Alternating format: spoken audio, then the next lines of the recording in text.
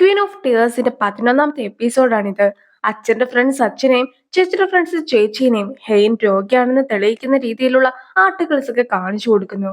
Secretary നായും ബാക്കി സ്റ്റാഫ്സും സൂച്ചോളും ഡാഹയും അച്ഛനും അമ്മയും എല്ലാം തന്നെ അവളുടെ പ്രസംഗത്തിലൂടെ കാര്യങ്ങളൊക്കെ മനസ്സിലാക്കുകയാണ്. ഹെയിൻ സ്റ്റേജിൽ നിന്നും ഇറങ്ങുമ്പോഴത്തേക്കും അവൾക്ക് ഹലൂസിനേഷൻ ഒക്കെ തോന്നി വീഴുവാനായിട്ട് തുടങ്ങുമ്പോഴത്തേക്കും ഹ്യുനുവും ഓടിച്ചെന്ന് അവളെ പിടിക്കുന്നു. അങ്ങനെ ഇരിക്കെ ഹെയ്നും കുറച്ച് കാര്യങ്ങളൊക്കെ ഓർക്കുകയാണ്. അതും കാണിക്കുന്നു. എനിക്കിപ്പോൾ ഇവിടെ വെച്ച് മരിക്കുവാനായിട്ട് സാധിക്കുകയില്ല. എല്ലാം ഓക്കെ ആണെന്നും നിന്നെ ഞാൻ ഒരിക്കലും വെറുതെയിട്ടില്ല എന്നും എനിക്ക് നിന്നോട് ഇതുവരെ തുറന്നു പറയുവാനും കഴിഞ്ഞില്ല. ഇത്രയും വർഷം എന്റെ ഒപ്പം നിന്നതിൽ എനിക്ക് നിന്നോട് ഒരുപാട് നന്ദി പറയുവാനുണ്ട്. നിന്നോട് ദേഷ്യപ്പെട്ട് സംസാരിച്ചതൊന്നും തന്നെ നിന്നോട് ശരിക്കും ദേഷ്യമുണ്ടായിട്ടല്ല. ഞാൻ നിന്നെ ഒരുപാട് പ്രണയിക്കുന്നു. നീ കാരണമാണ് എനിക്ക് പിന്നീടും ജീവിക്കുവാനായിട്ട് താല്പര്യം പോലും തോന്നിയത്. എനിക്കിനിയും സമയം ഉണ്ടായിരുന്നെങ്കിൽ എന്നൊക്കെ ഞാൻ ആഗ്രഹിക്കുന്നു എന്നൊക്കെ പറയുമ്പോഴത്തേക്കും ഹെയ്നെ എല്ലാവരും തന്നെ ഹോസ്പിറ്റലിലും എത്തിച്ചിരിക്കുകയാണ്. ഹെയ്ന്റെ ഫാമിലിയും ഇപ്പോൾ ഹോസ്പിറ്റലിൽ എത്തുന്നു. ഹെയ്ന്റെ മനസ്സും എല്ലാവരോടും ക്ഷമയൊക്കെ ചോദിക്കുന്നു. ഗ്രേസ്കോയും വ്യോംചയും കൂടി ലിഫ്റ്റിലൊക്കെ നിൽക്കുമ്പോഴത്തേക്കും സ്യോൽഹിയും കുറെ അധികം ബോഡി ഗാർഡ്സുമായിട്ട് അവിടെ എത്തുന്നു. നീയാണ് എന്റെ അച്ഛന്റെ ലീഗൽ ഗാർഡിയൻ എന്നൊക്കെ വിചാരിച്ചുകൊണ്ട് നീ നിൽക്കുകയാണോ? നിന്റെ മകൻ പോലും നിന്നെ ചതിച്ചില്ലേ? നീ പിന്നെയും എന്തിനാണ് അച്ഛനെ കാണുവാനായിട്ട് എത്തുന്നതെന്നൊക്കെ വ്യോംച ചോദിക്കുന്നുണ്ടെങ്കിലും സ്യോൽഹി ഗാർഡ്സിനെ ഉപയോഗിച്ചുകൊണ്ട് വ്യോംചനെ ലിഫ്റ്റിൽ നിന്നും പുറത്താക്കുന്നു. അങ്ങനെ സോൽഹി ലിഫ്റ്റ് വഴി മുത്തശ്ശനെ കാണുവാനായിട്ടൊക്കെ പോകുമ്പോഴത്തേക്കും വ്യോംച ആകട്ടെ സ്റ്റെപ്പ് വഴി മുകളിലേക്കൊക്കെ പോകുന്നു. റൂമിന് വെളിയിലൊക്കെ സ്യോൽഹി എത്തുമ്പോഴത്തേക്കും ഉൻസെങ്കിന്റെ ഗാർഡ്സ് ആകട്ടെ സ്യോൽഹിനെ അകത്തേക്ക് കയറ്റി വിടുവാനായിട്ട് തയ്യാറാകുന്നില്ല. അതൊക്കെ കാണുമ്പോഴത്തേക്കും ദേഷ്യം വരുന്ന അവളും അതിലൊരാളെ തല്ലി കഴിയുമ്പോഴത്തേക്കും അവളുടെ കൂടെ ഉണ്ടായിരുന്ന ആൾക്കാര് ബാക്കിയുള്ള ബോഡി ഗാർഡ്സിനൊക്കെ പിടിച്ചു നിർത്തുന്നു. സ്റ്റെപ്പ് വഴി ഓടി വന്നിട്ടുണ്ടായിരുന്ന വ്യോംചയും ഞാൻ ചെയ്ത എല്ലാം തന്നെ തെറ്റായിരുന്നു, നീ എന്നോട് ക്ഷമിക്കണം, എനിക്ക് എന്റെ അച്ഛനെ അവസാനമായിട്ട് കാണുവാനുള്ള ഒരവസരം നീ ഉണ്ടാക്കി തരണമെന്നൊക്കെ പറഞ്ഞുകൊണ്ട് സ്യോൽഹിയുടെ മുമ്പിൽ യാചിക്കുമ്പോഴത്തേക്കും സ്യോൽഹിയും അച്ഛനെ ഒരു നോക്ക് കാണുവാനായിട്ട് വ്യോംചയ്ക്ക് അവസരം നൽകുന്നു. വ്യോംച അച്ഛന്റെ റൂമിലേക്ക് എത്തുമ്പോഴത്തേക്കും അച്ഛനും എണീറ്റിരിക്കുകയായിരുന്നു. അതൊക്കെ കാണുമ്പോൾ വ്യോംച കൂടുതലായിട്ടൊക്കെ സന്തോഷിക്കുന്നു. ഗ്രേസ്കോയും ഇപ്പോൾ ചെയർമാനെ കാണുവാനായിട്ട് എത്തിയിട്ടുണ്ടെങ്കിൽ പോലും ബോഡി ഗാർഡ്സ് അവളെ തടഞ്ഞു വെച്ചിരിക്കുകയാണ്. അങ്ങനെ ഇരിക്കുകയാണ് വ്യോമച്ചയുടെ കരച്ചിലൊക്കെ അവളും കേൾക്കുന്നത്. അയ്യോ, ചെയർമാൻ മരിച്ചു പോയെന്നൊക്കെ ചോദിച്ചുകൊണ്ട് ഗ്രേസ്കോയും റൂമിന്റെ അകത്തേക്കൊക്കെ ഓടിക്കേറുന്നു. അപ്പോഴാകട്ടെ എണീറ്റിരിക്കുന്ന ചെയർമാനെയും അതുപോലെ തന്നെ കരയുന്ന വ്യോംചനെയും ഗ്രേസ്കോ കൂടി കാണുകയാണ്. കണ്ടോ, അച്ഛനിപ്പോൾ ബോധം വന്നിരിക്കുന്നു. ശരിക്കും സോൽഹി അച്ഛനെ ചതിച്ചതായിരുന്നു എന്നൊക്കെ അച്ഛനിപ്പോൾ തുറന്നു പറ. പവർ ഓഫ് അറ്റോർണിയൊക്കെ ഇവൾ തന്ത്രപൂർവ്വം കൈക്കലാക്കിയതാണെന്ന് പറ. ഞാനിപ്പോൾ ഡോക്ടറിനല്ല മറിച്ച് പോലീസിനെയാണ് ഇങ്ങോട്ടൊക്കെ വിളിക്കുവാനായിട്ട് പോകുന്നതെന്നൊക്കെ പറഞ്ഞുകൊണ്ട് വ്യോംചയും നിൽക്കുന്നു. ചെയർമാന് ബോധമൊക്കെ വന്നത് കൊണ്ട് തന്നെ വ്യോംചയുടെ സൈഡിൽ നിൽക്കുന്നതാണ് തനിക്ക് സേഫ് എന്ന് മനസ്സിലാക്കുന്ന ഗ്രേസ്കോയും അവളുടെ ഒപ്പം നിൽക്കുന്നു. പക്ഷെ മുത്തശ്ശനും സ്യോൽഹിനെ നോക്കിയിട്ട് ഇത് ആരാണെന്നൊക്കെയാണ് ചോദിക്കുന്നത്. അതായത് മുത്തശ്ശൻ എല്ലാവരെ കുറിച്ചുള്ള ഓർമ്മയും നഷ്ടപ്പെട്ട് കഴിഞ്ഞിരിക്കുന്നു. അത് കാണുമ്പോഴത്തേക്കും ഗ്രേസ്കോ വീണ്ടും കാര്യങ്ങളൊക്കെ കൈവിട്ടു പോയെന്ന് മനസ്സിലാക്കി സ്യോൽഹിയുടെ അടുത്തേക്ക് നിൽക്കുകയാണ്. പക്ഷെ അതുകൊണ്ട് ഒന്നും തന്നെ കാര്യമുണ്ടായില്ല. സ്യോൽഹി അവരെ രണ്ടുപേരെയും ഒരുപോലെ അവിടെ നിന്നും പുറത്താക്കുന്നു. ഹെയ്ൻ എന്താണ് സംഭവിച്ചതൊക്കെ ചോദിച്ചുകൊണ്ട് അമ്മ നിൽക്കുമ്പോഴത്തേക്കും ഡോക്ടറും അവൾക്ക് ബ്രെയിൻ ട്യൂമർ ആണെന്നുള്ള കാര്യമൊക്കെ വീട്ടുകാരെയും അറിയിക്കുന്നു. ഈ ഒരു കാര്യം എല്ലാം തന്നെ അറിഞ്ഞിട്ടും ഹ്യുനു തങ്ങളുടെ അടുത്ത് നിന്നും അത് മറച്ചു വെക്കുകയായിരുന്നു എന്ന് മനസ്സിലാക്കുന്ന അമ്മയും ഇപ്പോൾ ഹ്യുനുവിന്റെ അടുത്ത് ഒരുപാട് ദേഷ്യപ്പെടുകയാണ്. ഇവൻ നമ്മളെ ചതിച്ചു എന്നൊക്കെയാണ് അമ്മ പറയുന്നത് പോലും. അമ്മ ഹിനുവിനെ കൂടുതലായിട്ടൊക്കെ വഴക്ക് പറയുമ്പോഴത്തേക്കും നമുക്ക് അവനെ വഴക്ക് പറയാനുള്ള യോഗ്യത പോലും ഇല്ല എന്നായിരുന്നു അച്ഛനും അമ്മയോട് പറയുന്നത്. അങ്ങനെ ഇരിക്കെ ചികിത്സിച്ച് മാറ്റുവാൻ സാധിക്കുന്ന ഒരു അവസ്ഥയിലല്ല ഇപ്പോൾ ഹെയ്ൻ ഉള്ളതെന്ന കാര്യം കൂടി ഡോക്ടറും അറിയിക്കുന്നു. പേരൻസ് ഒരിക്കലും വിഷമിക്കരുതെന്ന് ഓർത്തിട്ടായിരുന്നു അവളും ഈ ഒരു കാര്യങ്ങളൊക്കെ മറച്ചു വെച്ചിട്ടുണ്ടായിരുന്നതെന്നാണ് ഹ്യുനുവും പേരൻസിനെ ഇപ്പോൾ അറിയിക്കുന്നത്.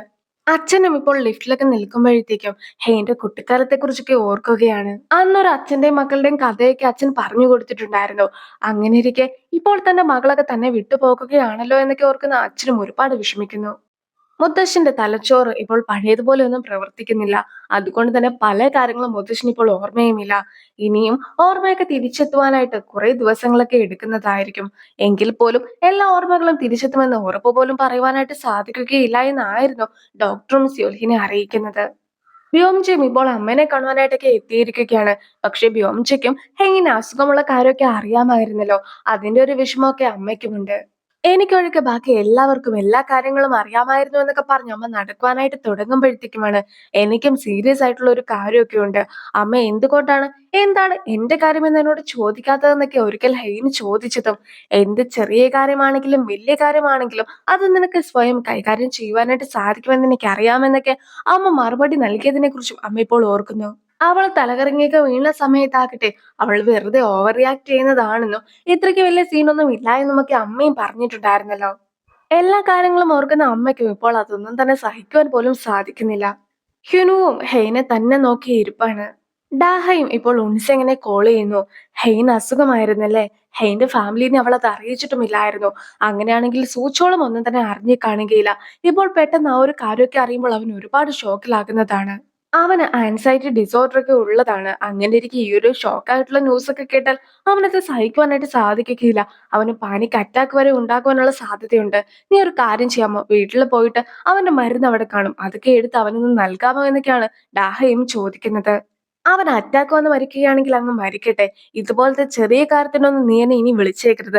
അങ്ങനെ വിളിക്കുകയാണെങ്കിൽ അവൻ അറ്റാക്ക് വന്ന് മരിക്കുന്നതിന് മുമ്പായിട്ട് തന്നെ ഞാനും അവനെ കൊല്ലുന്നതായിരിക്കുമെന്ന് പറഞ്ഞ് ഉൾസിങ്ങാക്ക് ദേഷ്യപ്പെട്ട് ഫോണും കട്ട് ചെയ്യുന്നു. നേരത്തെ ഒരു മന്ത്രവാദിനിയൊക്കെ സൂചോളുടെ കയ്യിൽ ഒരു പേപ്പറൊക്കെ നൽകിയിട്ടുണ്ടായിരുന്നല്ലോ. സൂചോളും ഇപ്പോൾ ആ ഒരു പേപ്പറുമായിട്ട് വന്നിരിക്കുകയാണ്. ഈ ഒരു പേപ്പറൊക്കെ ഞാൻ കയ്യിൽ വെക്കുകയാണെങ്കിൽ ഹെയ്ൻ അവളുടെ എനർജിയൊക്കെ നഷ്ടപ്പെടുമെന്നായിരുന്നു മന്ത്രവാദിനിയും പറഞ്ഞിട്ടുണ്ടായിരുന്നത്. അമ്മയാണ് എനിക്കിത് നൽകിയത്.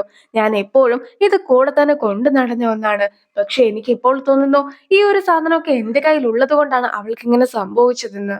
ഇതെല്ലാം തന്നെ എന്റെ തെറ്റാണെന്ന് പറഞ്ഞ് സൂചോളും ആ ഒരു പേപ്പറൊക്കെ കീറിക്കളഞ്ഞ് കഴിയുമ്പോഴത്തേക്കും ഹെയ്നും ബോധം വരുന്നു. അങ്ങനെ ഇരിക്കെ അവൻ പറയുകയാണ്, ഇതിന് വളരെയധികം പവർ ഉണ്ടെന്നാണ് എനിക്ക് തോന്നുന്നത്. അതുകൊണ്ടല്ലേ ഇത് കീറി കളഞ്ഞപ്പോൾ തന്നെ ഇവൾക്കും ബോധം വന്നതെന്നൊക്കെ അവനും ചോദിക്കുന്നു. ഹെയ്നും സൂചോളിന്റെ അടുത്ത് എല്ലാത്തിനും ക്ഷമയൊക്കെ ചോദിക്കുമ്പോഴത്തേക്കും അവൾക്ക് കാര്യമായി എന്തോ സംഭവിച്ചിട്ടുണ്ടെന്നൊക്കെ പറഞ്ഞ് സൂചോൾ വീണ്ടും കരയുകയായിരുന്നു. അങ്ങനെ ഇരിക്കെ ഡോക്ടറിനെയും ഫാമിലിനെയും വിളിക്കുവാനായിട്ട് സൂചോളും പോകുന്നു. ഞാൻ നിന്നെ ഒരുപാട് പ്രണയിക്കുന്നു. നിന്നെ ആദ്യമായി കണ്ട നാൾ തൊട്ട് ഇപ്പോൾ വരെ ഞാൻ നിന്നെ സ്നേഹിക്കുക മാത്രമായിരുന്നു ചെയ്തിട്ടുണ്ടായിരുന്നത്.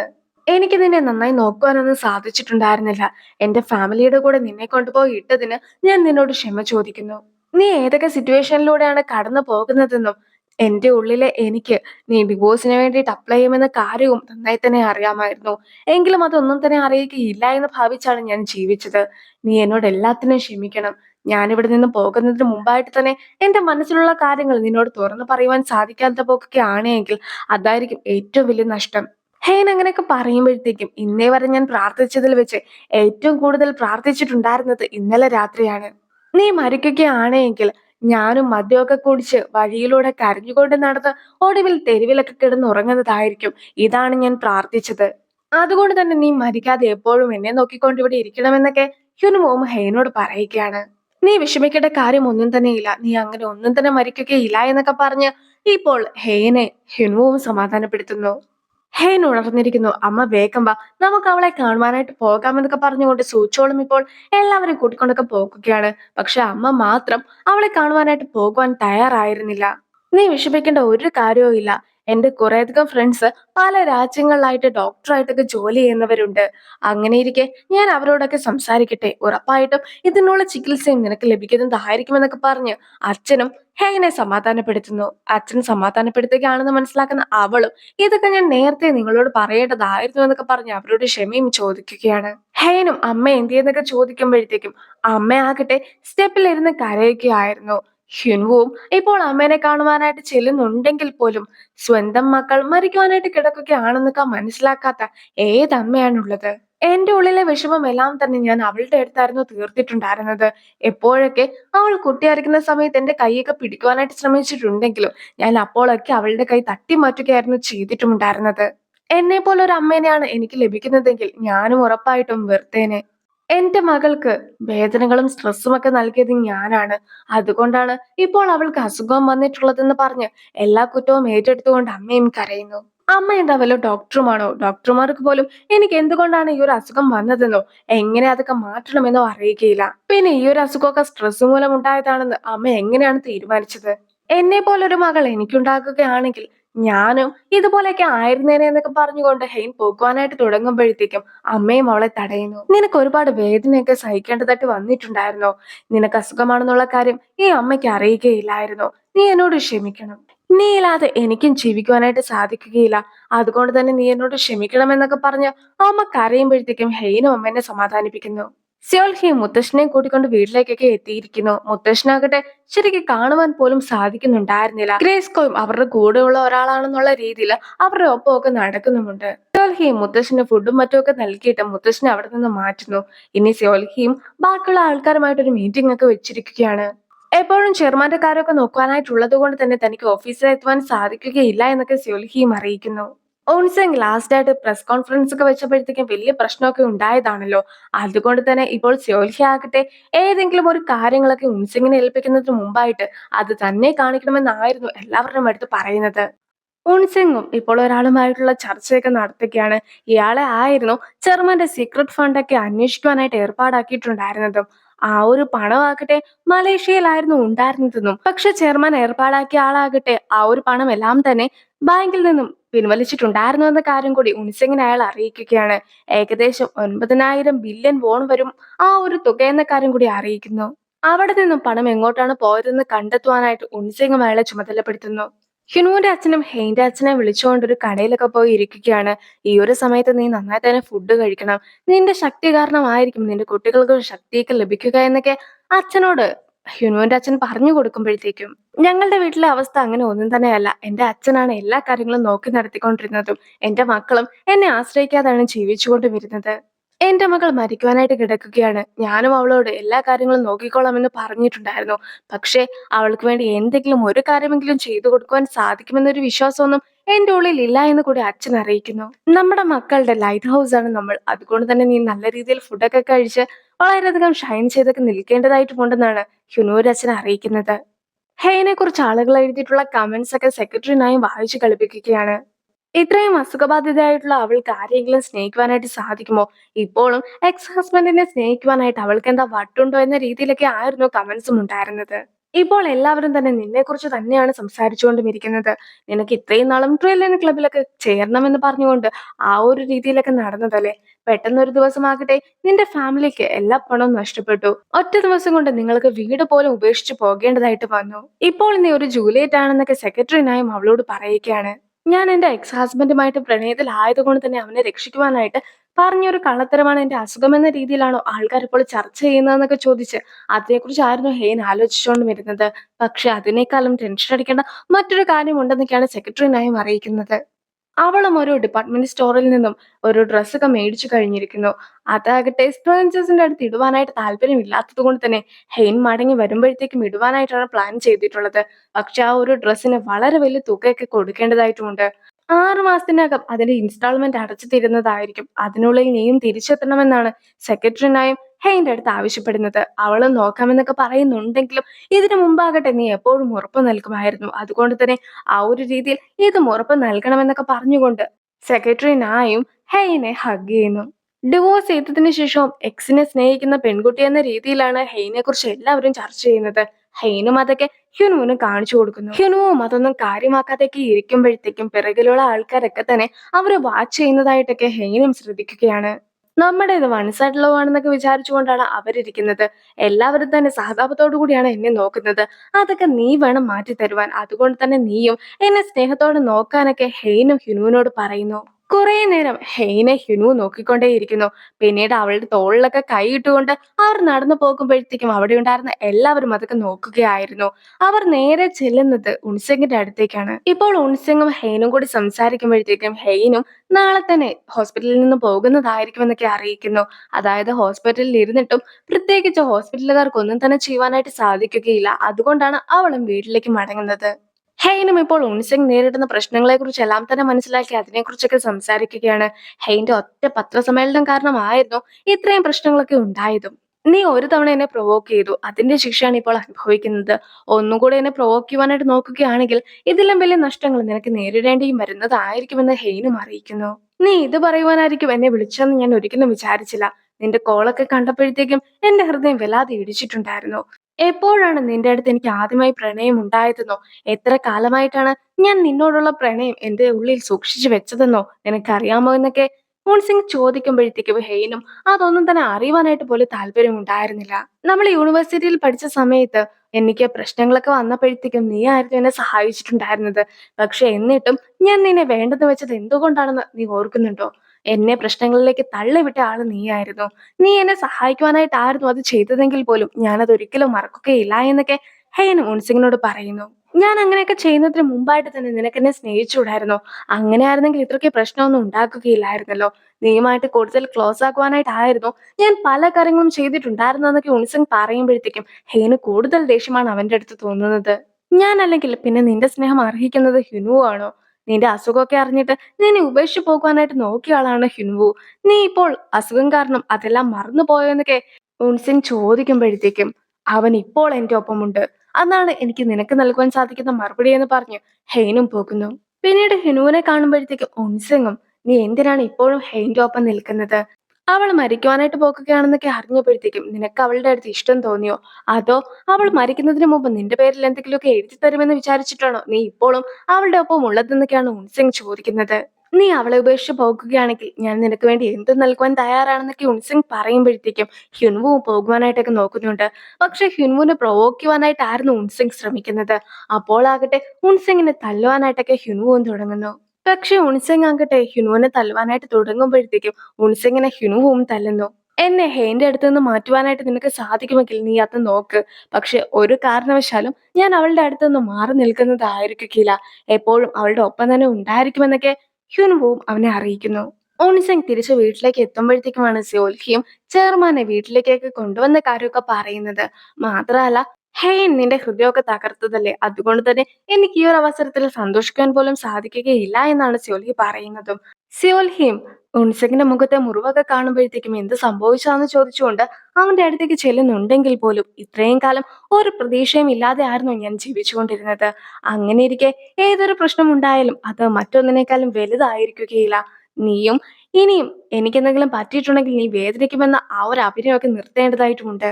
അത്രയും പറഞ്ഞ് ദേഷ്യപ്പെട്ട് ഉൻസിങ്ങും പോകുന്നു. പക്ഷെ ഉൻസിങ്ങിനെ കാണുവാനായിട്ട് ആ ഒരു ബ്രോക്കറും എത്തിയിട്ടുണ്ടായിരുന്നു. ഇപ്പോൾ പോലീസ് തന്നെ വെറുതെ വിട്ടിട്ടുണ്ടെങ്കിലും ഹ്യുനു വെറുതെ ഇരിക്കുവാനായിട്ട് ആഗ്രഹിക്കുന്നില്ല. അവനും എന്റെ പേരിൽ കംപ്ലൈന്റ് ഒക്കെ കൊടുത്തത് കൊണ്ട് കൂടുതലായിട്ടുള്ള അന്വേഷണമൊക്കെ വരും. പക്ഷെ നീ പറഞ്ഞിട്ടല്ലേ ഞാൻ ഡബിൾ കോൺട്രാക്ട് ഒക്കെ ചെയ്തത്. ഞാൻ അങ്ങനെ ചെയ്തത് കൊണ്ട് നിനക്ക് ചെയർമാന്റെ സ്ഥാനം കിട്ടി. പക്ഷെ എനിക്കും ജയിലാണല്ലോ കിട്ടുവാനായിട്ട് പോകുന്നതെന്നൊക്കെയാണ് ബ്രോക്കർ മുൻസിങ്ങിനോട് പറയുന്നത്. ഓൺസിങ്ങുമായിട്ട് സംസാരിച്ചതിൽ നിന്നും ഹെയ്നും ഒരു ഹിന്റൊക്കെ ലഭിച്ചു കഴിഞ്ഞിരിക്കുന്നു. ആ ഒരു കാര്യങ്ങളൊക്കെ ഹ്യുനുവുമായിട്ട് ചർച്ച ചെയ്യുമ്പോഴത്തേക്കുമാണ് ഉൻസിങ് ഇതുവരെയായിട്ടും ചെയർമാന്റെ സീക്രട്ട് ആയിട്ടുള്ള ഫണ്ടൊക്കെ എവിടെയാണ് വെച്ചിട്ടുള്ളതെന്ന കാര്യം മനസ്സിലാക്കിയിട്ടില്ലെന്ന് അവർ അറിയുന്നത്. ചെയർമാൻ 3 കമ്പനികളിലായിട്ടായിരുന്നു പണമൊക്കെ നിക്ഷേപിച്ചിട്ടുണ്ടായിരുന്നത്. പിന്നീട് ആ 3 കമ്പനിയെ നിർത്തലാക്കുന്ന സമയത്ത് ആ ഒരു പണമൊക്കെ ഡയറക്റ്റ് ആയിട്ട് ബാങ്കിലേക്ക് പോകുന്ന രീതിയിലുമാണ് അത് ചെയ്തതും. അങ്ങനെ ഏറ്റവും ഒടുവിലായിട്ട് മലേഷ്യയിൽ ഒരു ബാങ്കിലൊക്കെ ആ പണവും ചെന്നെത്തി. ഉൺസിങ് മലേഷ്യയിലേക്കൊക്കെ ആളെ അയച്ചിട്ടുണ്ടായിരുന്നു. പക്ഷെ ഇതുവരെയായിട്ടും അവന് ആ പണം ലഭിച്ചിട്ടില്ല. അതിനർത്ഥം മലേഷ്യയിൽ നിന്നും ആ ഒരു പണമൊക്കെ മാറ്റി എന്നതാണ്. ചെയർമാന്റെ സീക്രട്ട് ആയിട്ടുള്ള പണത്തെക്കുറിച്ചും കൂടുതലായിട്ടുള്ള ഡീറ്റെയിൽസിനെ കുറിച്ചും എങ്ങനെയാണ് ഹ്യുനു അറിഞ്ഞതെന്നൊക്കെ ഹെയ്നും ഹ്യുനുവിനോട് ചോദിക്കുന്നു. 30-ലേറെ വർഷമായിട്ട് ക്യൂൻസ് കമ്പനിയിലുള്ള പലർക്കും ഇപ്പോഴത്തെ കമ്പനിയുടെ അവസ്ഥയൊക്കെ കണ്ടിട്ട് സഹിക്കുവാനായിട്ട് സാധിക്കുന്നില്ല. അതുകൊണ്ട് തന്നെ ഞാൻ പലരെയും ചെന്ന് കണ്ടപ്പോഴത്തേക്കും അവർ തന്നെ ആയിരുന്നു എന്നോട് ഈ ഒരു കാര്യങ്ങളൊക്കെ പറഞ്ഞിട്ടുണ്ടായിരുന്നെന്നാണ് ഹിനുവും അറിയിക്കുന്നത്. അവരും കുറെ കാലമായിട്ട് കഷ്ടപ്പെട്ട കമ്പനി ഇതുപോലെ നഷ്ടത്തിലാകുന്നതൊക്കെ സഹിക്കുവാൻ സാധിക്കാത്തത് കൊണ്ടാണ് എല്ലാ സത്യങ്ങളും എന്റെ അടുത്ത് തുറന്നു പറഞ്ഞിട്ടുണ്ടായിരുന്നെന്നൊക്കെ ഹിനു പറയുമ്പോഴത്തേക്കും നീയും കമ്പനിക്ക് വേണ്ടി ആയിരുന്നു ഇതൊക്കെ ചെയ്തതെന്ന് ചോദിക്കുകയാണ്. ഞാനും കമ്പനിക്ക് വേണ്ടിയാണ് അത് ചെയ്തതെന്ന് ഹിനു പറയുമ്പോഴത്തേക്കും ഹെയ്ൻ ചെറുതായിട്ടൊന്ന് വിഷമിക്കുന്നുണ്ട്. പക്ഷെ അപ്പോൾ ആകട്ടെ നീ കമ്പനി എത്രത്തോളം സ്നേഹിക്കുന്നുണ്ടെന്ന് എനിക്ക് അറിയാവുന്നത് കൊണ്ടാണ് ഞാനും കമ്പനിക്ക് വേണ്ടി ഇങ്ങനെ ചെയ്തതെന്ന് ഹിനു ഒരിക്കൽ കൂടി പറയുന്നു. മോൺസിംഗും ഹിനുവിനെതിരായിട്ട് കംപ്ലൈന്റ് ഒക്കെ കൊടുക്കുമെന്ന് പറഞ്ഞിട്ടുണ്ടായിരുന്നല്ലോ. അതിന്റെ ഒരു കമ്മിറ്റിയൊക്കെ നടക്കുകയാണ്. അങ്ങനെ ഇരിക്കെ ആ ഒരു കമ്മിറ്റിയിലേക്ക് ഹിനുവിന്റെ 3 ഫ്രണ്ട്സ് കൂടി എത്തുന്നു. ഞങ്ങൾ എല്ലാവരും ഹിനുവിന്റെ ഭാഗത്ത് നിന്നുകൊണ്ട് സംസാരിക്കുവാനാണ് ഇവിടെ എത്തിയതെന്നൊക്കെ ഹിനുവിന്റെ ഫ്രണ്ട് പറയുമ്പോഴത്തേക്കും ഇതൊരു ഓഡിറ്റ് നടക്കുന്ന സ്ഥലമാണ്. ഇവിടെ നിങ്ങളെ പോലെയുള്ള ആരെയും കടത്തിവിടുകയില്ല എന്നൊക്കെ അവിടെ ഉണ്ടായിരുന്ന ആളുകളും പറയുകയാണ്. പക്ഷേ തങ്ങൾക്ക് ഇവിടെ വരുവാനായിട്ടുള്ള അവകാശമുണ്ടെന്നൊക്കെ പറഞ്ഞുകൊണ്ട് കുറേയധികം ആർട്ടിക്കിൾസിന്റെ പേരൊക്കെ പറഞ്ഞിട്ടാണ് അഡ്വക്കേറ്റ്സും സംസാരിക്കുന്നത്. കമ്പനിയുടെ കുറച്ച് കാര്യങ്ങളൊക്കെ ലീക്ക് ചെയ്തു എന്ന പേരിലായിരുന്നു ഇപ്പോൾ ഹിനുവിനെതിരായിട്ട് ആക്ഷൻസ് ഒക്കെ എടുക്കുന്നത്. അങ്ങനെ ഇരിക്കെ ഫ്രണ്ട്സും കുറച്ച് കാര്യങ്ങളൊക്കെ പറയുകയാണ്. ആഗസ്റ്റ് 1-നും 2-നുമായിട്ടാണ് അവനും ഈ ഒരു കാര്യങ്ങളൊക്കെ ലീക്ക് ചെയ്തതെന്നും അങ്ങനെ ഇരിക്കെ ആകെ സ്റ്റാറിനായിരുന്നു അവനിങ്ങനെ ഒരു കാര്യം ലീക്ക് ചെയ്തിട്ടുണ്ടെന്നുള്ള ഒരു ഇൻഫോർമേഷനൊക്കെ ഞങ്ങൾക്ക് ലഭിച്ചതെന്നുമാണ് അവിടെ ഇരിക്കുന്ന ആളുകൾ അറിയിക്കുന്നത്. പക്ഷേ ജൂലൈ 28-ന് തന്നെ കമ്പനിയുമായി ബന്ധപ്പെട്ട പല കാര്യങ്ങളിലേക്കുമുള്ള ആക്സസ് ഒക്കെ നിരോധിക്കപ്പെട്ടതായിരുന്നു. അതായത് അവന്റെ ഐഡി കാർഡോ കമ്പനിയുടെ കാർഡോ ലാപ്ടോപ്പോ ഒന്നും തന്നെ ജൂലൈ 28 മുതൽ അവന് പ്രവർത്തിപ്പിക്കാനായിട്ട് കഴിഞ്ഞിട്ടുണ്ടായിരുന്നില്ല. മാത്രമല്ല അതെല്ലാം തന്നെ അവന് തിരികെ കൊടുക്കേണ്ടതായിട്ടും വന്നു. അതുകൊണ്ട് തന്നെ അതിനുശേഷം നടന്ന സംഭവങ്ങൾ എങ്ങനെയാണ് ഹ്യുനോ ചെയ്തതാകുന്നതെന്നൊക്കെ ഫ്രണ്ട്സ് ചോദിക്കുമ്പോഴത്തേക്കും ഒരുപക്ഷെ അവന്റെ കാർഡ് ഉപയോഗിച്ചായിരിക്കില്ല, വേറെ ഏതെങ്കിലും എംപ്ലോയീസിന്റെ കാർഡ് വെച്ചിട്ടായിരിക്കും അവനും രേഖകളൊക്കെ ചോർത്തിയിട്ടുണ്ടാക്കുക എന്ന് ടീമിലെ ആളുകളും പറയുന്നു. പക്ഷെ സാധാരണ ഒരു എംപ്ലോയിക്ക് ഒരിക്കലും VIP ലിസ്റ്റ് ഒന്നും കിട്ടുകയില്ല. VIP ലിസ്റ്റ് ആയിരുന്നു അവന് ചോർത്തിയെന്ന് പറഞ്ഞിട്ടുമുണ്ടായിരുന്നത്. അതുകൊണ്ട് തന്നെ ഇതെങ്ങനെയാണ് സാധ്യമാക്കുക എന്നൊക്കെ ഫ്രണ്ട്സും ചോദിക്കുകയാണ്. അങ്ങനെ ആ ഒരു കേസൊന്നും നിലനിൽക്കുകയില്ല എന്ന് മനസ്സിലാകുമ്പോഴത്തേക്കും അവിടെയുള്ള ആളുകളാകട്ടെ മറ്റൊരു കേസിനെ കുറിച്ച് കൂടി സംസാരിക്കുന്നു. അവനും ഒരുപാടെടുത്ത് അവന്റെ സൈനൊക്കെ ഇട്ടിട്ടുണ്ടായിരുന്നതും അതുകൊണ്ട് തന്നെ കമ്പനിയിൽ വലിയൊരു അഴിമതിയൊക്കെ അവൻ നടത്തിയെന്നുമാണ് ആളുകൾ പറയുന്നത്. പക്ഷെ ആ ഒരു സൈൻ എല്ലാം തന്നെ അവരും ചെക്ക് ചെയ്തിട്ടുണ്ടായിരുന്നു. അങ്ങനെ ചെക്ക് ചെയ്തപ്പോഴത്തേക്കുമാണ് എല്ലാ സൈനും ഒരേപോലെയാണ് ഉള്ളത്. അതായത് എല്ലാ സൈന്റെയും നീളവും വീതിയും എല്ലാം തന്നെ സെയിം ആണ്. അതിനർത്ഥം ഹ്യുൻമോന്റെ ഏതോ ഒരു സൈൻ എടുത്തിട്ട് അത് ഡ്യൂപ്ലിക്കേറ്റ് ചെയ്ത് എല്ലാ ഫയൽസിലും സൈനാക്കി മാറ്റിയെന്നതാണ്. സോ ഇത് മറ്റാരോ ചെയ്തതാണെന്നൊക്കെ ഫ്രണ്ട്സും അറിയിക്കുന്നു. ഹ്യുനുവിനെതിരായിട്ട് വന്നിട്ടുള്ള എല്ലാ ആരോപണങ്ങളും തെറ്റാണ്. പക്ഷെ തെറ്റായിട്ടുള്ള ആരോപണത്തിന്റെ പേരിൽ ഇവനെതിരായിട്ട് നിങ്ങൾ നടപടിയൊക്കെ എടുക്കുകയാണെങ്കിൽ 3 വർഷത്തോളം നിങ്ങൾക്ക് ജയിലിൽ കിടക്കേണ്ടതായിട്ട് വരുമെന്ന് കൂടി ഫ്രണ്ട്സ് അറിയിക്കുന്നു. ഹ്യുനുവിനെ കമ്പനിയിൽ നിന്നും പുറത്താക്കാമെന്നൊക്കെ വിചാരിക്കുന്ന ഉൻസിക്കും അവൻ സിമ്പിൾ ആയിട്ടൊക്കെ ആ ഒരു മീറ്റിംഗ് കഴിഞ്ഞിട്ട് ഇറങ്ങി വരുന്നത് കാണുമ്പോഴത്തേക്കും വല്ലാത്ത ദേഷ്യപ്പെടുകയാണ്. അങ്ങനെ അവനും ഇപ്പോൾ ബ്രോക്കറിനെയൊക്കെ കോൾ ചെയ്തിട്ട് ഹ്യുനുവിനെ ഇല്ലാതാക്കുവാനായിട്ടും ആവശ്യപ്പെടുന്നു. കൂടുതൽ അഡ്വക്കേറ്റ്സ് ഉണ്ടെങ്കിൽ കാര്യങ്ങളൊക്കെ സിമ്പിൾ ആയിട്ട് നടക്കുമല്ലോ. അതുകൊണ്ടായിരുന്നു നിന്നെ ഹെൽപ്പ് ചെയ്യാനായിട്ട് ഞങ്ങൾ എല്ലാവരും എത്തിയിട്ടുണ്ടായിരുന്നത്. ഞങ്ങൾ ശരിക്കും അവഞ്ചേഴ്സിനെ പോലെയാണ്. ഞങ്ങളെ പോലെയുള്ള ഫ്രണ്ട്സിനെ കിട്ടിയതിൽ നീ അഭിമാനിക്കണമെന്നൊക്കെ പറഞ്ഞുകൊണ്ട് ഫ്രണ്ടും ഹ്യുനുവിനോട് സംസാരിക്കുമ്പോഴത്തേക്കും നീ നിന്റെ എക്സുമായിട്ട് ഒന്നിച്ചു എന്നൊക്കെ പലരും പറയുന്നത് ഞാൻ കേട്ടു. അതൊക്കെ സത്യമാണോ എന്ന് അറിയുവാനായിട്ടായിരുന്നു ഞാനും ഇവിടെ എത്തിയിട്ടുണ്ടായിരുന്നതെന്നൊക്കെയാണ് ഹ്യുനുവിന്റെ മറ്റൊരു ഫ്രണ്ട് പറയുന്നത്. ഹ്യുനുവും ആ ഒരു ഫ്രണ്ടിന്റെ അടുത്ത് കുറച്ച് പേപ്പേഴ്സ് ഒക്കെ നൽകിയതിനു ശേഷം ഈ ഒരു പണമൊക്കെ എവിടേക്കാണ് പോയതെന്ന് കണ്ടെത്താമോ എന്നൊക്കെ ഒരു സഹായവും ചോദിക്കുകയാണ്.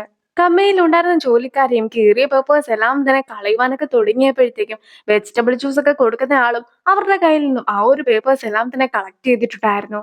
കളഞ്ഞോളാം എന്ന പേരിലായിരുന്നു അയാളെ പേപ്പേഴ്സ് ഒക്കെ മേടിച്ചിട്ടുണ്ടായിരുന്നതെങ്കിലും അയാളെ പേപ്പേഴ്സ് എല്ലാം തന്നെ സെക്രട്ടറിനെ ഏൽപ്പിക്കുകയും പിന്നീട് സെക്രട്ടറിന ഹെയ്നെ കാണുവാനായിട്ട് എത്തിയ സമയത്ത് അതെല്ലാം തന്നെ ഹെയ്നെ ഏൽപ്പിക്കുകയും ചെയ്തിട്ടുണ്ടായിരുന്നു.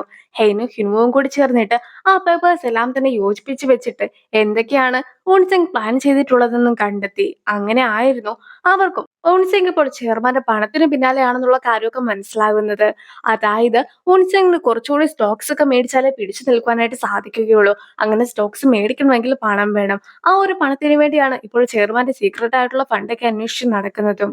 നിങ്ങൾ എന്തായാലും എന്നെ സഹായിച്ചേ പറ്റൂ. ഉൻസിംഗ് ആ ഒരു പണം കണ്ടെത്തുന്നതിന് മുമ്പായിട്ട് തന്നെ എനിക്ക് ആ ഒരു പണം കണ്ടെത്തണമെന്ന് ഹ്യുനുവും അവരെ അറിയിക്കുന്നു. ഞാൻ വ്യോംചയുടെ കൂടെ നിന്നു എന്നത് സത്യം തന്നെയാണ്. വ്യോംച എന്റെ കയ്യും കാലും പിടിച്ച് പറഞ്ഞപ്പോഴത്തേക്കും എനിക്ക് കുറച്ച് സഹതാപമൊക്കെ തോന്നിപ്പോയി. പക്ഷെ യഥാർത്ഥത്തിൽ അധികാരവും പണവും എവിടെയാണോ ഉള്ളത് അവിടെ ആയിരിക്കും ഞാൻ നിൽക്കുക. അങ്ങനെ വരുമ്പോഴത്തേക്കും ഇവിടുത്തെ ക്വീൻ ആയിട്ടുള്ളത് തന്നെ നിങ്ങളാണ്. നിങ്ങൾ എന്നെ CEO ഒന്നും ആക്കേണ്ട, മറിച്ച് നിങ്ങളുടെ ഒരു ജോലിക്കാരിയാക്കി എന്നെ മാറ്റിയാൽ മതിയെന്നാണ് ഗ്രേസ്കോയും ഇപ്പോൾ സ്യോൽഹിയുടെ അടുത്ത് പറയുന്നത്. ഇപ്പോൾ ചെയർമാനെ തിരിച്ച് പുള്ളിയുടെ ശരിക്കുമുള്ള റൂമിലേക്കൊക്കെ കൊണ്ടുവന്ന് കഴിഞ്ഞിരിക്കുന്നു. പക്ഷേ പുള്ളി സ്ഥിരമായിട്ട് ഗെയിം കളിക്കുന്ന സ്ഥലമൊക്കെ കാണുമ്പോഴത്തേക്കും അദ്ദേഹത്തിനും ഒരു പേടിയൊക്കെ തോന്നുകയാണ്. അത് മനസ്സിലാക്കുന്ന സ്യോൽഹിയും അവിടെ ഉണ്ടായിരുന്ന എല്ലാവരും തന്നെ പുറത്താക്കുന്നു. നിങ്ങൾക്കപ്പോൾ ശരിക്കും ഓർമ്മകളൊക്കെ തിരിച്ചു കിട്ടിയോ? അങ്ങനെയാണെങ്കിൽ എന്റെ പേരിൽ ഉണ്ടായിരുന്ന ആ ഒരു പണമൊക്കെ ഇപ്പോൾ നിങ്ങൾ എവിടെയാണ് മാറ്റിയിരിക്കുന്നതെന്നൊക്കെയാണ് സ്യോൽഹിയും അയാളോട് ചോദിക്കുന്നത്. പ്രൈവറ്റ് ഡിറ്റക്റ്റീവും അതുവഴി ഒരു ഡ്രോൺ ഒക്കെ പറത്തുന്നുണ്ടായിരുന്നു. സ്യോൽഹി അത് കാണിക്കും, കർട്ടനൊക്കെ അടയ്ക്കുകയും ചെയ്യുന്നു. നടന്ന കാര്യങ്ങളെ കുറിച്ചെല്ലാം തന്നെ പ്രൈവറ്റ് ഡിറ്റക്റ്റീവ് വ്യോംചനെ അറിയിക്കുമ്പോഴത്തേക്കും തുടർന്നും അവളെ ഫോളോ ചെയ്യണമെന്നായിരുന്നു വ്യോംചയുടെ ഓർഡർ. കൗൺസിലറുടെ വീടിന് മുമ്പിലൂടെ പോകുന്ന വ്യോംചയും അകത്തേക്കൊക്കെ നോക്കുമ്പോഴത്തേക്കും അവനും അവിടെ ഒരു ബുക്കൊക്കെ വായിച്ചുകൊണ്ട് കിടക്കുകയായിരുന്നു. അവൻ ഇട്ടിരുന്നതും ഒരു ബനിയനൊക്കെയാണ്. രാവിലെ ആകട്ടെ ഇത്രയും ശരീരവും കാണിച്ചുകൊണ്ട് ഇവൻ എന്തിനാണ് ഇരിക്കുന്നതെന്നൊക്കെ വ്യോംചയും സംശയിക്കുന്നു. എല്ലാവരും എന്നെ നോക്കിക്കോ, എന്നെ കാണുവാൻ സുന്ദരനാണ്, എനിക്ക് നല്ല ബോഡിയാണ് ഉള്ളതെന്നൊക്കെയാണോ ഇവനെ ഉദ്ദേശിക്കുന്നതെന്നൊക്കെ വ്യോംചെ ഓർത്തുകൊണ്ട് അവനെ ഒളിഞ്ഞു നോക്കുമ്പോഴത്തേക്കും അവനും അതൊക്കെ കാണുകയാണ്. വ്യോംചയും അപ്പോൾ തന്നെ ഒളിച്ചും ഇരിക്കുന്നു. നീ ഇവിടെ എന്ത് ചെയ്യുകയാണെന്നൊക്കെ ചോദിച്ചുകൊണ്ട് കൗൺസിലറും വെളിയിലേക്കൊക്കെ ഇറങ്ങി വരികയാണ്. മാത്രമല്ല അവനും അവൾക്ക് ഒരുപാട് മൽബറീസ് ഒക്കെ നൽകുന്നു. ഇത് സ്ത്രീകൾക്ക് നല്ലതാണെന്ന് പറഞ്ഞ് അത് കൊടുക്കുമ്പോഴത്തേക്കും എത്ര പണം വേണമെന്നൊക്കെ വ്യോംചയും തിരിച്ച് അവനോട് ചോദിക്കുന്നു. പക്ഷെ കൗൺസിലർ ആകട്ടെ പണത്തിന് വേണ്ടിയല്ല അത് നൽകിയതെന്നൊക്കെ പറയുകയാണ്. ഞാനിപ്പോൾ ഈ ഒരു മൽബറികൾ മേടിച്ചു എന്ന് വെച്ച് നിന്റെ പ്രണയം സ്വീകരിച്ചു എന്നല്ല അതിന്റെ അർത്ഥമെന്ന് വ്യോമിച്ച് പറയുമ്പോഴത്തേക്കും നിന്റെ സ്വഭാവം ഞാൻ പറയട്ടെ. നീ സാധാരണഗതിയിൽ ആരുടെയും അടുത്ത് നിന്റെ ഇമോഷൻസ് ഒന്നും തുറന്നു പറയാറില്ല. നിനക്ക് നല്ല രീതിയിലുള്ള മെമ്മറിയൊക്കെ ഉണ്ട്. നീ പുറമേക്ക് വളരെ ദുഷ്ടാണെന്നൊക്കെ തോന്നിക്കുമെങ്കിലും നീ ഉള്ളിൽ വളരെയധികം സോഫ്റ്റ് ആണ്. ഞാൻ പറഞ്ഞതൊക്കെ സത്യമല്ലേ എന്നൊക്കെ കൗൺസിലർ ചോദിക്കുമ്പോഴത്തേക്കും നീ എന്തിനാണ് എപ്പോഴും വീട്ടിലൊക്കെ ഇരിക്കുന്നത്? നിനക്ക് പണിക്കൊന്നും പോകേണ്ടേ എന്ന് വ്യോമിച്ച് ചോദിക്കുന്നു.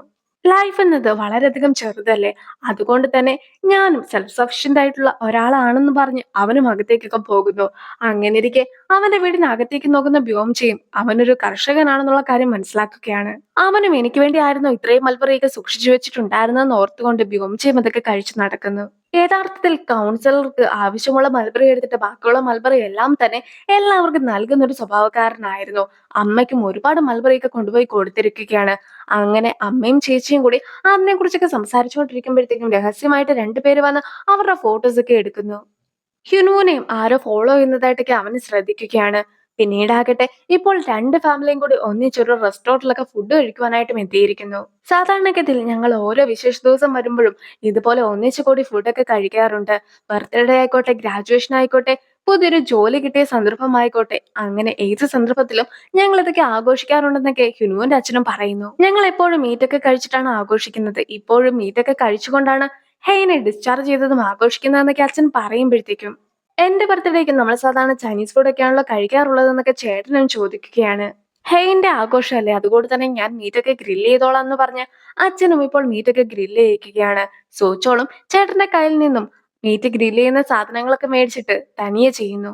WBCയുടെ കൗണ്ടൊക്കെ എത്രയുണ്ടായിരിക്കണമെന്നാണ് നിന്നോട് ജർമ്മനിയിലെ ഡോക്ടർ പറഞ്ഞിട്ടുണ്ടായിരുന്നതെന്നൊക്കെ അമ്മ ചോദിക്കുമ്പോഴത്തേക്കും അവളും 4000 മുതൽ 10,000 വരെ ഉണ്ടായിരിക്കണമെന്നാണ് പറഞ്ഞിട്ടുള്ളതെന്നൊക്കെ അറിയിക്കുന്നു. പക്ഷേ ജർമ്മനിയിൽ ഇരുന്ന സമയത്തും ട്രീറ്റ്മെന്റ് ഒക്കെ നടത്തിയിട്ട് അവൾക്ക് 1500 എന്ന അളവായിരുന്നു വന്നിട്ടുണ്ടായിരുന്നത്.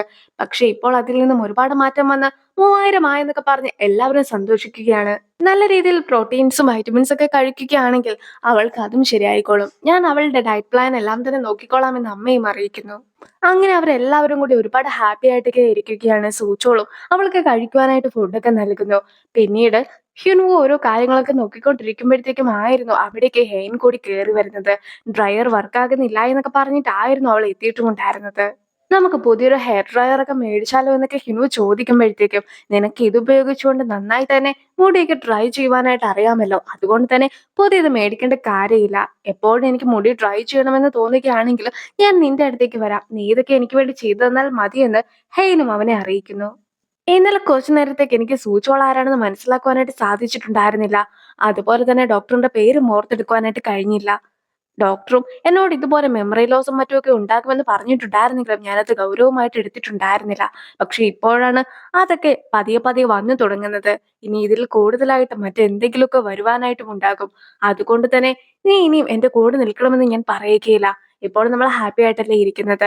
അതുകൊണ്ട് തന്നെ ഈ ഒരു രീതിയിൽ നമുക്ക് മാത്രം നീ എന്നെ കണ്ടാൽ മതി. എനിക്ക് അസുഖമൊക്കെ കൂടുമ്പോഴത്തേക്കും നീ എന്നെ ഉപേക്ഷിച്ച് പോകണമെന്നതാണ് എന്റെ ആഗ്രഹമെന്ന് ഹെയ്നും അറിയിക്കുന്നു. ഡാഹൈ ഗെയിമിലൊക്കെ കയറി കഴിയുമ്പോഴത്തേക്കും സൂചോളും ഗെയിമിൽ നിന്നും പോയിട്ടുണ്ടായിരുന്നു. അവൻ എന്തായിരിക്കും സംഭവിച്ചിട്ടുണ്ടാക്കുക എന്നൊക്കെ അവൾ ഓർത്തതിന് ശേഷം കോളിംഗ് ബെല്ലിന്റെ ശബ്ദമൊക്കെ കേട്ട് ഡോർ തുറക്കുമ്പോഴത്തേക്കും അപ്പുറത്തുണ്ടായിരുന്ന ആളെ കണ്ട് അവളും ആകെ ഞെട്ടുന്നു. ചേട്ടന്റെ ഒപ്പം ഇരുന്ന് മദ്യപിക്കുന്ന സൂചോളാകട്ടെ ഇപ്പോൾ ചേട്ടനോട് തന്നെ ബോക്സിംഗ് ഒക്കെ പഠിപ്പിക്കാമോ എന്ന് ചോദിക്കുകയാണ്. നേരത്തെ മുൻസിങ്ങിനെ ഒന്ന് തല്ലുവാനൊക്കെ ശ്രമിച്ചപ്പോഴത്തേക്കും പരാജയപ്പെട്ടു പോയിട്ടുണ്ടായിരുന്നല്ലോ, അതുകൊണ്ട് തന്നെ എന്റെ ഫാമിലിനെ പ്രൊട്ടക്ട് ചെയ്യുവാനായിട്ട് ഞാൻ ബോക്സിംഗ് പഠിച്ചേ മതിയാകൂ എന്ന് സൂചോൾ പറയുമ്പോഴത്തേക്കും ചേട്ടനും അവനെ പഠിപ്പിച്ചു കൊടുക്കാമെന്ന് പറയുന്നു. വളരെയധികം പവർഫുൾ ആയിട്ടുള്ള ഒരാളെ തോൽപ്പിക്കുവാൻ സാധിക്കുന്ന ഒരു സിംഗിൾ പഞ്ചുണ്ട്, അതൊക്കെ നിന്നെ ഞാൻ പഠിപ്പിച്ച് തരാമെന്ന് പറഞ്ഞുകൊണ്ട് ചേട്ടനും ഇപ്പോൾ സൂചോളുടെ ഒപ്പമൊക്കെ നിൽക്കുകയാണ്. സൂചോളുടെ ഒരു ഇടിയൊക്കെ കൊള്ളുമ്പോഴത്തേക്കും ചേട്ടനും മറിഞ്ഞടിച്ച് വീഴുന്നു. അതായത് ചേട്ടൻ പറയുന്നത് ഇങ്ങനെയാണ്, ആദ്യം അവർ നമ്മളെ തല്ലുമ്പോഴത്തേക്കും നമ്മൾ അത് ഓവർ റിയാക്ട് ചെയ്ത് വളരെയധികം വേദന എടുത്തു എന്നൊക്കെ കാണിക്കണം. അപ്പോഴാകട്ടെ അവർക്ക് വളരെയധികം കോൺഫിഡൻസ് കിട്ടും. നമുക്ക് ഇയാളെ സിമ്പിൾ ആയിട്ട് തോൽപ്പിക്കുവാൻ സാധിക്കുമെന്നൊരു വിശ്വാസമൊക്കെ അവരുടെ ഉള്ളിൽ വന്ന് കഴിയുമ്പോഴത്തേക്കും വേണം നമ്മളും അവർക്ക് ഒറ്റ പഞ്ച് കൊടുക്കുവാനെന്നാണ് ചേട്ടനും പറഞ്ഞു കൊടുക്കുന്നത്. ഹിൻവു ഇപ്പോൾ ഗ്രേസ് കോനെയും കൂടി വിളിപ്പിച്ചിരിക്കുകയാണ്. മുത്തശ്ശന്റെ സീക്രട്ട് ആയിട്ടുള്ള ഫണ്ടിനെ കുറിച്ചൊക്കെ ആയിരുന്നു അവരും ചർച്ച ചെയ്യുന്നത്. അങ്ങനെ ഇരിക്കെ മലേഷ്യയിലായിരുന്നു പണം ഉണ്ടായിരുന്നതെന്നൊക്കെയാണ് ഞാൻ വിചാരിച്ചിട്ടുണ്ടായിരുന്നതെങ്കിലും അത് അവിടെയല്ല, മറിച്ച് ഇവിടെ തന്നെയാണ് ഉള്ളത് എന്ന കാര്യമൊക്കെ ഹ്യുനുവും എല്ലാവരെയും അറിയിക്കുന്നു. എങ്ങനെ വന്നാലും മുത്തശ്ശന പണമൊക്കെ സ്യോൽഹിയുടെ പേരിലായിരിക്കും കൊടുത്തിട്ടുണ്ടായിരിക്കുക എന്നൊക്കെ അവർ വിചാരിക്കുന്നുണ്ടെങ്കിൽ പോലും സ്യോൽഹയും മുത്തശ്ശനോട് ആ പണമൊക്കെ എവിടെ പോയെന്ന് ചോദിച്ചിട്ടുണ്ടായിരുന്നു. അത് കൃത്യമായി തന്നെ ഗ്രേസ്കോ ഒളിഞ്ഞും കേട്ടു. ഇപ്പോൾ ഗ്രേസ്കോയും ആ ഒരു കാര്യങ്ങളൊക്കെ അവരോടും പറഞ്ഞു കൊടുക്കുന്നു. ഗ്രേസ്കോയും ഇപ്പോൾ ഒരു കമ്പനിയുടെ ഡീറ്റെയിൽസ് ഒക്കെ പറഞ്ഞു കൊടുക്കുകയാണ്. ആ ഒരു കമ്പനിയിൽ പണം ഉണ്ടാക്കുമെന്ന സംശയമായിരുന്നു ഗ്രേസ്കോയ്ക്കും ഉണ്ടായിരുന്നത്. മുത്തശ്ശന് വന്നിട്ടുണ്ടായിരുന്ന ലെറ്റേഴ്സ് എല്ലാം തന്നെ ഇപ്പോൾ ഉൻസിങ്ങിനെ ഏൽപ്പിച്ചിരിക്കുകയാണ്. അതിന്റെ കൂടെ ട്രസ്റ്റ് സ്റ്റോറേജ് എന്ന് പേരുള്ള ഒരു കമ്പനിയിൽ നിന്നും വന്ന ലെറ്റർ കൂടി ഉണ്ടായിരുന്നു. ഇപ്പോൾ ആ ഒരു കമ്പനിയുടെ മുമ്പിലാണ് ഹെയിന്റെ ഫാമിലി നിൽക്കുന്നതും. ഗ്രേസ്കോയിനെ തനിച്ചു വിട്ടാൽ കാര്യം നടക്കുകയില്ല എന്നൊക്കെ തോന്നിയിട്ട് ഇപ്പോൾ ഹെയിന്റെ ഫാമിലി ആകട്ടെ വേഷം മാറിയാണ് എത്തിയിട്ടുമുള്ളത്. ഈ ഒരു വേഷത്തിൽ ഞങ്ങളെ ഒരിക്കലും ആർക്കും തിരിച്ചറിയുവാൻ കഴിയുകയില്ല എന്നാണ് അവർ പറയുന്നതും. ഗ്രേസ്കോ ഒരു റിയൽ എസ്റ്റേറ്റ് ഏജന്റ് ആണ് എന്നും അവർ 5 പേരും ബിസിനസിന് വേണ്ടി ഒരു ഗോഡൌൺ ഒക്കെ അന്വേഷിച്ച് നടക്കുന്നവരാണെന്നുമുള്ള രീതിയിലാണ് സ്റ്റാഫിന്റെ അടുത്തും അവർ ചെല്ലുന്നത്. നിങ്ങൾക്ക് എന്തിനാണ് ഇത്രയും വലിയ വാർ ഹൗസ്, നിങ്ങൾ ഇവിടെ എന്താണ് ശേഖരിക്കുവാനായിട്ട് പോകുന്നതെന്നൊക്കെ അവിടെ ഉണ്ടായിരുന്ന സ്റ്റാഫ് ചോദിക്കുമ്പോഴത്തേക്കും അച്ഛൻ ഗോൾഫ് എന്നും ആന്റി ക്ലോത്ത്സ് എന്നും പറയുകയാണ്. ഇവരാകട്ടെ ഗോൾഫിന്റെ സാധനങ്ങളും ഡ്രസ്സും ഒക്കെ വിൽക്കുന്നവരാണ്. അതുകൊണ്ട് തന്നെ അത് സ്റ്റോർ ചെയ്യുവാനായിട്ടാണ് ഈ ഒരു കെട്ടിടമൊക്കെ വേണ്ടതെന്നാണ് ഗ്രീസ്കോ പറയുന്നതും. മാത്രമല്ല സൂചോൾ അധികമൊന്നും മിണ്ടാതിരിക്കുവാനായിട്ട് ഇവൻ ചൈനക്കാരനാണ്, അവന് ചൈനീസ് ഭാഷ മാത്രമേ അറിയുകയുള്ളൂ എന്നൊക്കെ പറയുന്നു. എങ്കിൽ പോലും സൂചോളും ചൈനീസിലൊക്കെ സംസാരിക്കുന്നുമുണ്ട്. ഇതിനു മുമ്പുണ്ടായിരുന്ന ആൾക്കാരാകട്ടെ ഇവിടെ കുറെ അധികം ആർട്ട് വർക്ക്സ് ഒക്കെ ആയിരുന്നു സൂക്ഷിച്ചു വെച്ചിട്ടുണ്ടായിരുന്നതെന്നാണ് അയാളും പറഞ്ഞു കൊടുക്കുന്നത്. അതൊന്നും തന്നെ ഫേമസ് ആയിട്ടുള്ള ആളുകളുടേതായിരുന്നില്ല, പുതിയതായിട്ട് വർക്ക് ചെയ്യുവാനായിട്ട് തുടങ്ങിയ ആളുകളുടേതായിരുന്നു. പക്ഷെ പിന്നീട് അതെല്ലാം തന്നെ ഫേമസ് ആയി മാറി. ഇപ്പോൾ ആകട്ടെ 20 തൊട്ട് 30% വരെ കൂടുതൽ വിലയിലേക്ക് അത് വിൽക്കുവാനും സാധിക്കുമെന്നൊക്കെ അയാളും പറഞ്ഞു കൊടുക്കുന്നു. അവരും കൂടുതലായിട്ട് ആ ഒരു ആർട്ട് വർക്ക്സ് ഒക്കെ കാണണമെന്ന് പറഞ്ഞ് പോകുകയാണ്. ഹ്യുൻവു ഇപ്പോൾ ആ ഒരു സ്റ്റോറിന്റെ അകത്തൊക്കെ എത്തിക്കഴിഞ്ഞിരിക്കുന്നു. ഇനി ഉൻസെങ് ആകട്ടെ ആ ഒരു കമ്പനിയിലേക്കൊക്കെ കോൾ ചെയ്ത് നോക്കുന്നുണ്ടെങ്കിലും എല്ലാ കോൾ കണക്ഷൻസും ഹ്യുൻവുവും ഇല്ലാതാക്കിയിട്ടുണ്ടായിരുന്നു. മാത്രമല്ല ഹ്യുൻവു ആകട്ടെ നേരത്തെ മെമ്മറി കാർഡ് ഒക്കെ കൊടുത്തിട്ടുണ്ടായിരുന്ന ആ ഒരാളുണ്ടല്ലോ, അയാളെയും കൂട്ടിക്കൊണ്ടാണ് ഇപ്പോൾ അവിടെ ഉണ്ടായിരുന്ന സിസ്റ്റത്തിലെ എല്ലാ ഡീറ്റെയിൽസും കളക്ട് ചെയ്യുന്നത്. മുത്തശ്ശന്റെ കയ്യിലുണ്ടായിരുന്ന പണമൊക്കെ ഉപയോഗിച്ചുകൊണ്ടാണ് ഇവിടുത്തെ എല്ലാ ആർട്ട് വർക്ക്സും മേടിച്ചിട്ടുണ്ടായിരുന്നത്. അങ്ങനെയിരിക്കെ സാധാ വിലയിൽ നിന്നും വളരെയധികം വിലയൊക്കെ കൂട്ടിയിട്ട് സാധനങ്ങളൊക്കെ മേടിച്ചത് കൊണ്ട് തന്നെ ആ വഴിയെ കുറെ പണമൊക്കെ പോയിട്ടുണ്ടെന്നാണ് തോന്നുന്നതെന്ന് ഹെയ്നും സംശയിക്കുന്നു. അതായത് പണം ഒളിപ്പിച്ചു വെക്കുവാനായിട്ട് കണ്ടെത്തിയ ഒരു മാർഗം മാത്രമായിരുന്നു അതെന്ന രീതിയിലാണ് അവർ വിചാരിക്കുന്നതും. അങ്ങനെ എല്ലാവരും തന്നെ മടിഞ്ഞും പോകുകയാണ്. ഇപ്പോൾ ഹെയ്നും ഹിൻമുവും ഒന്നിച്ചു നിൽക്കുന്നു. ഹ്യുൻമുവും ഇപ്പോൾ വരാമെന്നൊക്കെ പറഞ്ഞ് പോകുമ്പോഴത്തേക്കും ഹെയ്നും ചെറുതായിട്ടൊന്ന് ഉറങ്ങുവാനൊക്കെ തുടങ്ങുന്നു. പക്ഷെ അപ്പോൾ തന്നെ ഹ്യുൻവുവും അവളുടെ അടുത്തേക്ക് എത്തുകയാണ്. ഹെയ്നും ഇപ്പോൾ അവൾക്ക് വിശക്കുന്നുണ്ടെന്നൊക്കെ പറഞ്ഞിട്ട് അവന്റെ ഒപ്പം കാറിൽ കയറി പോകുന്നു. പക്ഷെ അവരെ ഫോളോ ചെയ്തുകൊണ്ട് ഒരു വണ്ടിയും വരുന്നുണ്ടായിരുന്നു. ഹെയ്നും ആകെ പേടിച്ചൊക്കെ കാറിന്റെ അകത്ത് ഇരിക്കുമ്പോഴത്തേക്കും അവളും നമുക്ക് പോലീസിനെയൊക്കെ വിളിച്ചാലോ എന്ന് ചോദിക്കുകയാണ്. പക്ഷെ അപ്പോഴാണ് ആ കാറിന്റെ അകത്തു നിന്നും ഇറങ്ങി വരുന്നത് ഹിനു ആണെന്നുള്ള കാര്യമൊക്കെ ഹെയ്ൻ മനസ്സിലാക്കുന്നത്. അവിടെ നിന്നും വന്നത് ഹിനു ആണെങ്കിൽ തന്റെ ഒപ്പമുള്ളത് ആരാണെന്നൊക്കെ ഹെയ്ൻ നോക്കുമ്പോഴത്തേക്കും അത് ഉൻസെങ് ആയിരുന്നു. പിന്നീട് എൻഡ് സീനൊക്കെ കാണിക്കുകയാണ്. ഹിനുവും ഫ്രണ്ടും കൂടെ ഒന്നിച്ചിരിക്കുമ്പോഴത്തേക്കും വന്നിരിക്കുന്ന കമന്റ്സിനെ കുറിച്ചൊക്കെ ഹിനുവിന്റെ ഫ്രണ്ടും ചർച്ച ചെയ്യുന്നു. ഹിനുവിനെ കുറിച്ച് പലരും മോശമായിട്ടൊക്കെ കമന്റ് ഇട്ടിട്ടുണ്ടായിരുന്നു. പണത്തിന് വേണ്ടി മാത്രമാണ് ഹെയ്നെ വിവാഹം കഴിച്ചതെന്ന രീതിയിലായിരുന്നു കമന്റ്സ് എല്ലാം തന്നെ. പക്ഷെ അവനും അതൊന്നും തന്നെ കാര്യമാക്കുന്നില്ല. അങ്ങനെ ഇരിക്കെ ഹെയ്നെ കുറിച്ച് ചിലർ കമന്റ് ഇട്ടിരിക്കുന്നതൊക്കെ ഫ്രണ്ടും വായിച്ചു കളിപ്പിക്കുകയാണ്. അവൾ മരിക്കാൻ പോകുകയാണെന്നൊക്കെ പറഞ്ഞത് കള്ളമാണ് എന്ന രീതിയിലൊക്കെ അവളെ കുറിച്ച് കമന്റ്സ് ഒക്കെ ഇടുന്നത് കാണുന്ന ഹ്യുൻവുവും ഹെയ്നെതിരായിട്ട് മോശമായിട്ട് സംസാരിച്ച എല്ലാവർക്കും എതിരായിട്ട് കേസ് കൊടുക്കുവാനായിട്ട് തീരുമാനിച്ചിരിക്കുകയാണ്. അവനും അതിനെ കുറിച്ചൊക്കെ ചർച്ച ചെയ്യുന്നു. അപ്പോൾ അങ്ങനെ ഈ ഒരു വീഡിയോ അവസാനിപ്പിക്കുകയാണ്. അടുത്തൊരു വീഡിയോ ആയിട്ട് ഇത്രയും വേഗം കാണാം. ബൈ.